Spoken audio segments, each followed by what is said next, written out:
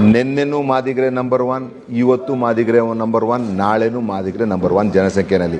ಯಾರೇ ಏನೇ ಕುತಂತ್ರ ಮಾಡಿದ್ರೂ ಮಾದಿಗರು ಜನಸಂಖ್ಯೆಯಲ್ಲಿ ಕರ್ನಾಟಕ ರಾಜ್ಯದಲ್ಲಿ ನಂಬರ್ 1 ಅನ್ನೋ ಸ್ಥಾನ ಯಾರು ಏನು ಒಳಗಾಡ್ಸೋಕ್ಕಾಗಲ್ಲ. ಸರ್ಕಾರ ಏನು ತನ್ನ ಅಂತಿಮ ಆದೇಶ ಹೊರಡಿಸಿದೆ 25/8/2025 ಪರಿಶಿಷ್ಟ ಜಾತಿ ಒಳಗಡೆ ಒಳ ಮೀಸಲಾತಿ ಜಾರಿನ ಹೇಗೆ ಮಾಡ್ಬೋದು ಅಂತ, ಅದು ನಮ್ಮ ಮಾದಿಗ ಸಮಾಜಕ್ಕೆ ಬರೆದಿರುವಂಥ ಮರಣ ಶಾಸನ ಅಂತ ಈ ಸಂದರ್ಭದಲ್ಲಿ ಹೇಳಲಿಕ್ಕೆ ಇಚ್ಛೆಪಡ್ತೀನಿ. ನಾನು ಯಾಕೆ ಮರಣ ಶಾಸನ ಅಂತ ಹೇಳ್ತಾ ಇದ್ದೀನಿ ಅಂತ ಅಂದರೆ, 35 ವರ್ಷಗಳಿಂದ ಈ ರಾಜ್ಯದಲ್ಲಿ ಹೋರಾಟ ಮಾಡ್ಕೊಂಡು ಬಂದಿರೋಂಥದೇ ಮಾದಿಗ ಸಂಬಂಧಿತ ಜಾತಿಗೆ ಸಪ್ರೇಟಾಗಿ ವರ್ಗೀಕರಣ ಮಾಡಿ ಒಳ ಮೀಸಲಾತಿ ಅವ್ರಿಗೆ ಕೊಡಿ ಅಂತ.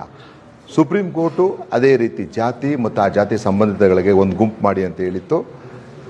ಜಸ್ಟಿಸ್ ಸದಾಶಿವ ಅವರು ಕೂಡ ಅವ್ರ ಕಮಿಷನ್ನಲ್ಲಿ ಅದೇ ಥರ ಹೇಳಿದರು. ಈವನ್ ನೀವೇ ಕಾನ್ಸ್ಟಿಟ್ಯೂಟ್ ಮಾದಿಗರೇನು ಕೇಳಲಿಲ್ಲ ನಿಮಗೆ ಈ 1 ಮ್ಯಾನ್ ಕಮಿಷನ್ ಮಾಡಿ ಅಂತ.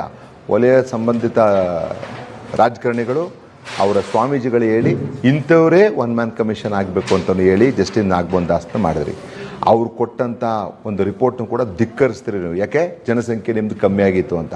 ಅರೆ ಇರೋದಕ್ಕಿಂತ ಜನಸಂಖ್ಯೆ ಇನ್ನೆಷ್ಟು ಬರ್ತದೆ ಅಂದರೂ ಸಹ ಅಲ್ಲೆಲ್ಲ ಈ ಕಡೆ ಆ ಕಡೆ ಪರ್ಮಿಟೇಷನ್ ಕಾಂಬಿನೇಷನ್ ಮಾಡಿ ಜೋಡಿಸ್ಕೊಂಡು ನಿಮ್ಮ ಸಂಖ್ಯೆನ ಮೇಲ್ ಮಾಡ್ಕೊಂಡು